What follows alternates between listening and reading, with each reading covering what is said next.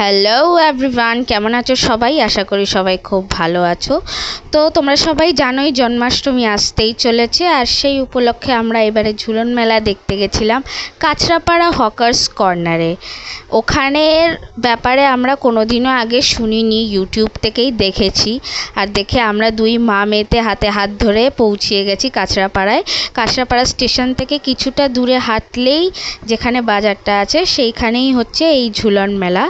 এখানে নানান রকম পুতুল, শুধু না জ্যান্ত মানুষ আর বহুরূপীদেরও আনা হয়েছিল জন্মাষ্টমীর মেলাতে। খুব সুন্দর ঘুরলাম, এত সুন্দর সাজসজ্জা আমি কোনোদিনও দেখিনি। সবটা ঘুরে ঘুরে দেখানোই যেত, কিন্তু ভিডিওটা অনেক লম্বা হয়ে যেত। যাই হোক, ওখানে আমরা প্রসাদও পেয়েছি। আর সবচেয়ে ভালো লেগেছে আমার এই মঞ্চটা, যেখানে নানান রকম পুতুল দিয়ে একটা সার্কুলার মোশনে ঘুরিয়ে একটা সেট সাজানো হয়েছিল। আর তার সাথে সাথে আমরা মেলাটাকে মোটামুটি একটা জায়গায় কভার করার চেষ্টা করেছি। নানান রকম খাবারের স্টল যেটা কি মেলায় হয়, সাজগোজের জিনিস, আমরাও অনেক কিছু কেনাকাটা করেছি, কারণ মেলা থেকে জিনিস কেনার মজা আলাদাই হয়।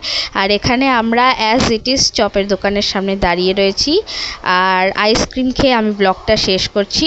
তো ভালো লাগলে সাবস্ক্রাইব করো আর ভালোবাসা দিই।